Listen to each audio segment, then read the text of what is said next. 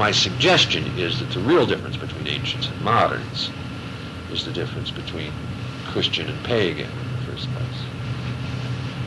And that Machiavelli is beginning to suggest, as you'll see, all the good models are the ancient models, that the real problem is the church. Perhaps even more than the church, I mean, but in this case, I mean, it's the practical presence of the church. It is Alexander VI and the activities of the church. See, what's the difference between, I mean, Rome was Italy too, but what's the change? Something new that came into the world that changed the orientation of men towards peace on the one hand, and also to a certain faith among themselves, and certainly to the power of the Pope. And he's going to later discuss the character of the church once it's developed. But you see, in a hidden way, what's gradually coming to the fore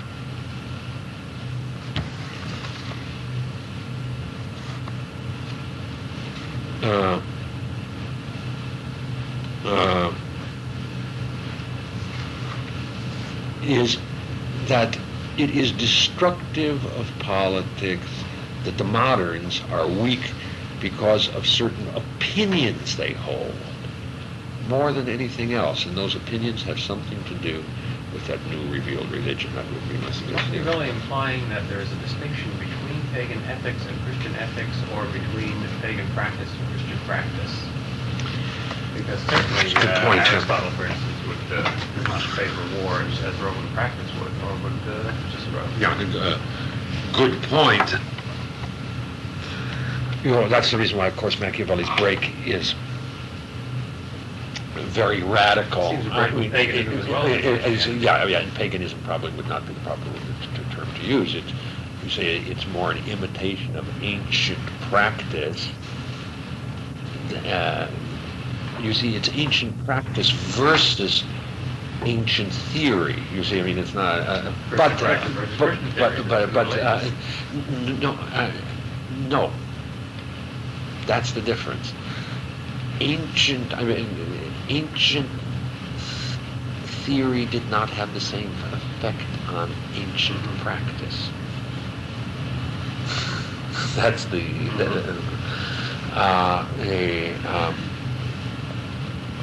ultimately, the Romans won't be the final highest ideal, but somehow or other,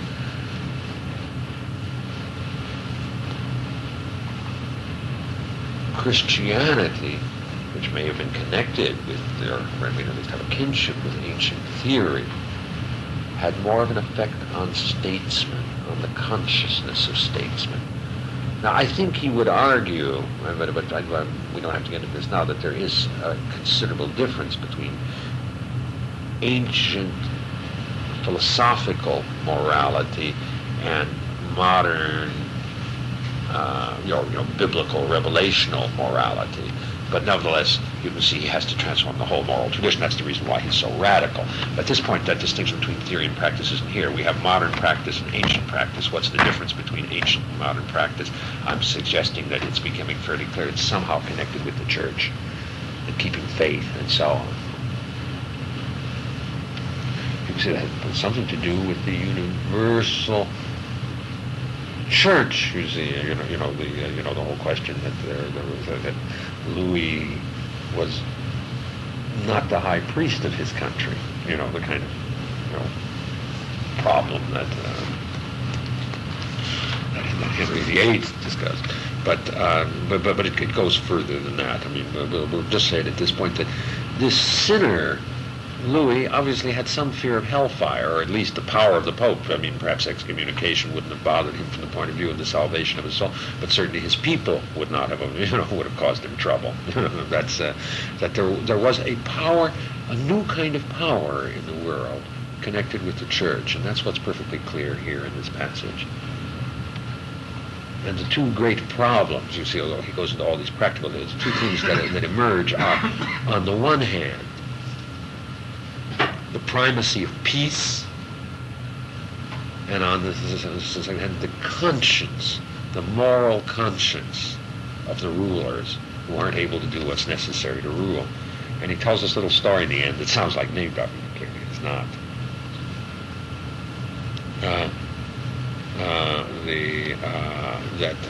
he had a discussion with Rohan, the man, who was involved in Louis XII's mistake, and also whom in chapter 7 Machiavelli should have been made pope. And Rohan tells him the Italians don't understand war.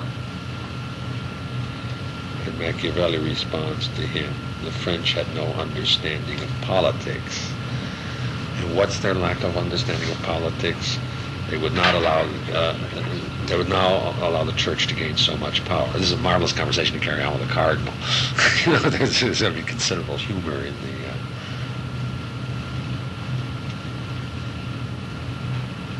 This is a very decisive chapter, as you can see, in gradually. If you read this chapter over quickly the first time, it just looks like a big bore with a lot of details and general rules. But you see what's emerging here. The ancients and moderns dispute.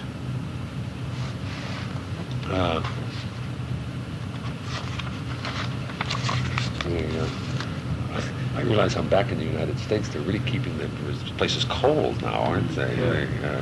Well, this room is old. Well, that was fine this spring. It's shooting out cold air here. Yeah, right. That's right now,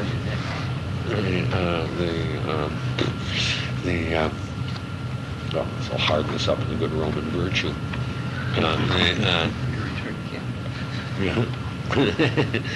So I want to go quickly through chapters 4 and 5 and get to 6, because we're not going to have time to go through in the way in which I'd like.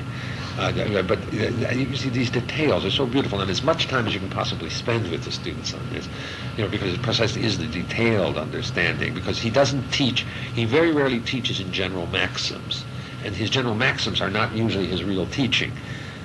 I mean, and the reason why he's teaching this way, a variety of things. Of course, the power of the church was very great, and most men were, believers in a rather stricter sense than they are today, but also because of a certain. Now, chapter 4 is a strange interlude. Why the kingdom of Darius, which was occupied by Alexander, did not, after the death of Alexander, rebel against his successors. Now, I'll just give a quick outline, to teach this, because I would like to cover every chapter of the Prince, because it ties together in a web. And that seems irrelevant, but what is it about? It's about the conquest, about holding on to conquests. And since you can say the ultimate discussion here seems to be about conquests, he reveals, a certain problem. My suggestion is, of course, he's really speaking, using it as a kind of test case. Italy, the problem of holding Italy. He says, now there are some countries that are very difficult to conquer, but very easy to hold on to, and some countries that are very difficult to hold on to. Very easy to hold on to, but very difficult to conquer. The ones that are very easy to conquer are ones like France, which have a tremendous variety of small fiefdoms, small republics. So all you have to, they're not likely to follow the king with great loyalty and so on. But they're very, very difficult to hold on to, precisely because they really have a spirit of independence, decentralized independence, and so on. Very easy, so they're easy to conquer, but very hard to hold on to. Very difficult to conquer are things like the Turks. Why? Because everybody who's in power, under the Turkish Sultan, holds the power from the king or from the Sultan, and they know perfectly well that once they're out, they're out. That it's that their loyalty is not like the loyalty of a congressman to a president, but like the loyalty of a cabinet member or even more, a member of the White House staff. The loyalty, I think you can see the difference that existed, say, during Watergate between those two kinds, because they had separate bases of power. Which is Italy more like? My suggestion is Italy is like both. It's full of small republics and principalities, in a way it makes it easy to conquer but hard to hold on to. But what is it that is like the Sultan that has people who are loyal to it? The Pope, the Church, and he later compares in chapter 20. Is it 25? I'm not sure. 21. I'm not sure. I'll show it to you when we get there. The Church and its organization to the Sultan, to the Turks. That Italy poses an almost impossible problem. You see, in chapter 5, he deals with that question of independent republics. He doesn't deal with the question of the Church. I mean, Italy is difficult be easy to hold on to once the Church were conquered, but the attachment to the Church, whether he means the Pope or whatever, is hard to say. But in chapter 5, he tells you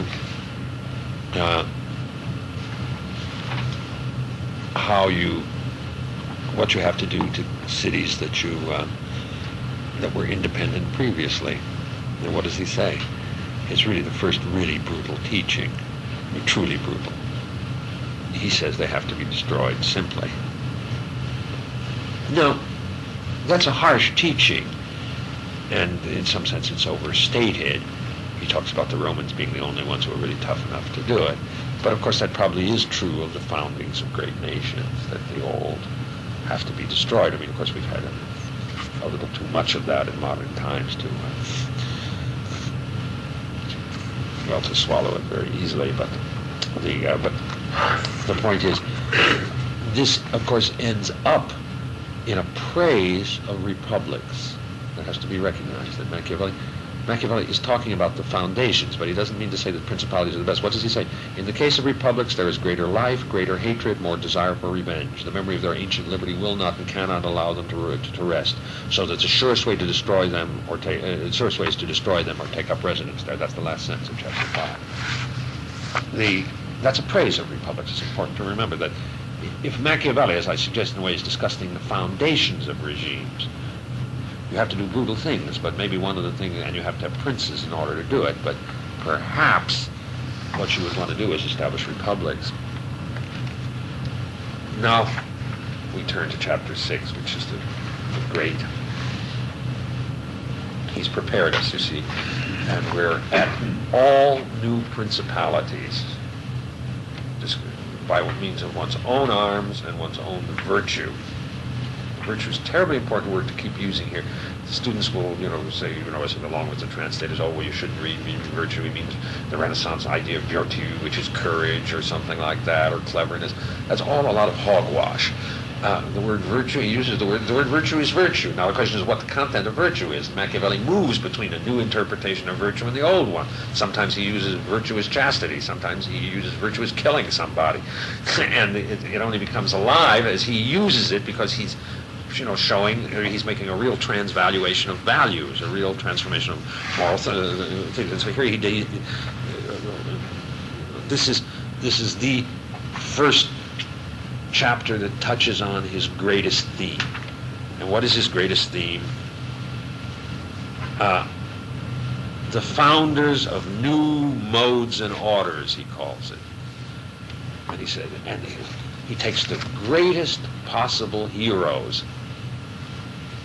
And you see the extent of his theoretical and perhaps practical ambition. The greatest founders. I mean, those kinds of changes, like between Christianity and paganism. The founding of the Persian Empire. The real transformations that just change a whole world where everything is changed. And essentially, it's foundations of things that are probably connected with religions. He takes 4 great heroes, and it's important to realize they are all pre-Christian: Moses, Cyrus, Romulus, Theseus.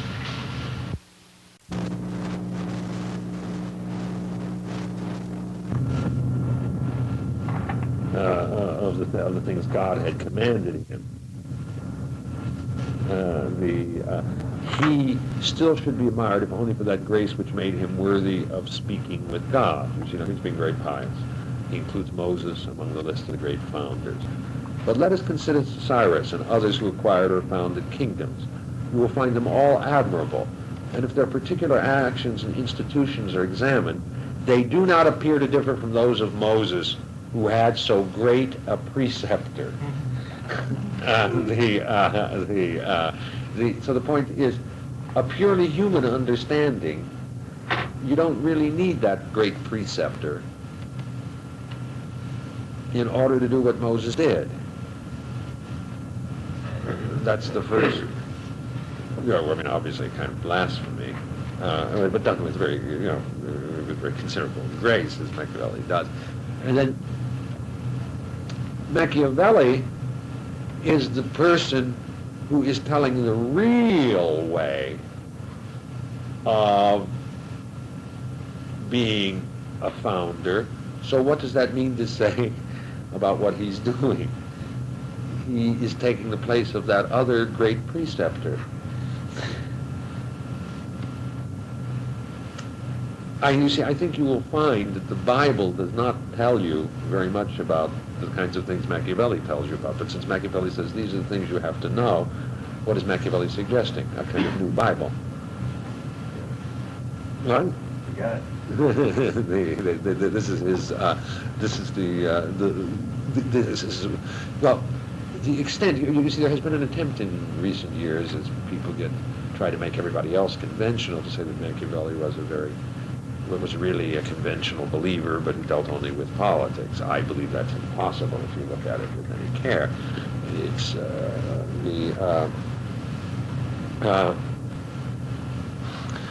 incidentally, the very terms of using one's own arms and one's own virtue. I mean, how would... I believe that that's an unchristian disposition. One isn't supposed to rely on oneself. One's supposed to rely on God. So far as I understand, if I'm correct. It's that this is not humility. That one deals with the arms of God. Savonarola, whom he refers to here, by the way, constantly spoke about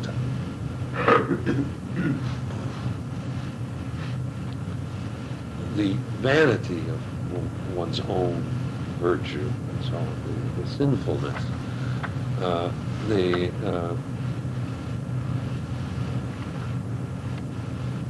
Now, the problem of these new foundations, he states it very clearly, is this. There's nothing more difficult to carry out, nor more doubtful of success, nor more dangerous to manage than to introduce a new system of things. For the introducer has as his enemies all those who benefit from the old system, from the old order. I think it's important to use that language. The old order, modes and orders, the old order. And lukewarm defenders and all those who would benefit by the new order.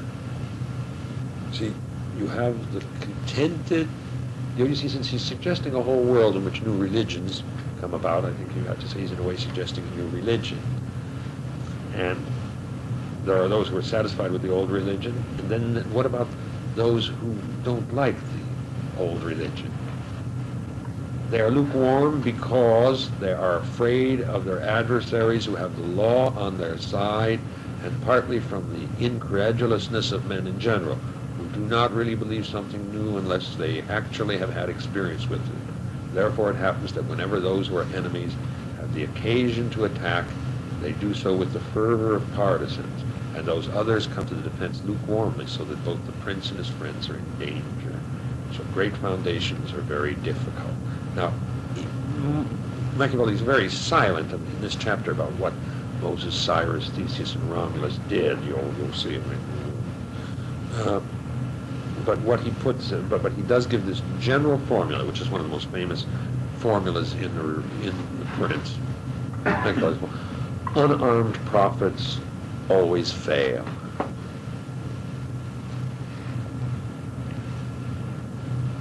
And because you have to be able to compel belief, as he says. people are unstable, and it's easy to persuade them of something, but difficult to hold them to that persuasion. You see, he's already, in a way, you can say, doubting the power of faith as being sufficient, a purely spiritual power, asking for something more.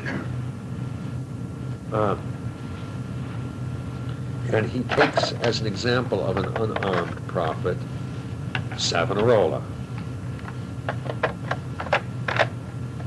I believe, if you reflect on it, that he could have gone to more fundamental examples.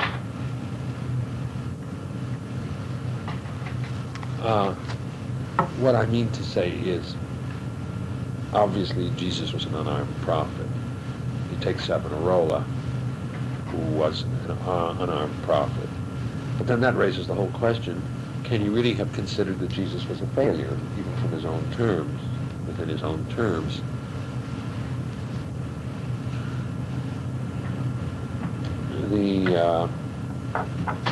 What he does is he takes ancient examples, and one biblical example, but pre-Christian, and praises them very highly, then attacks unarmed prophets. I mean, it's perfectly clear that that is an attack on Christianity. Now the question is, how does he understand Christianity? I mean, obviously, in some sense, he has to regard it as a failure. And I suppose the way in which he regards it as a failure is, well, look at modern politics and its lack of success. It's, the smallness and pettiness and the viciousness of these states. But I don't want to, but at the same time, how could he understand Jesus? I mean, there are a very great variety of alternatives, and I will not pursue them here. He's going to have to come up, I'll come to it later. One is that that Christianity really succeeded because of the failure of Rome. Another is that Christianity did succeed in one way, but it succeeded with the wrong teaching, and therefore, although Machiavelli, what about Machiavelli himself? He's a teacher, he's a prophet, in this case, a founder. He's not got arms. Isn't he more like Jesus? I'll just leave those as open questions for the moment.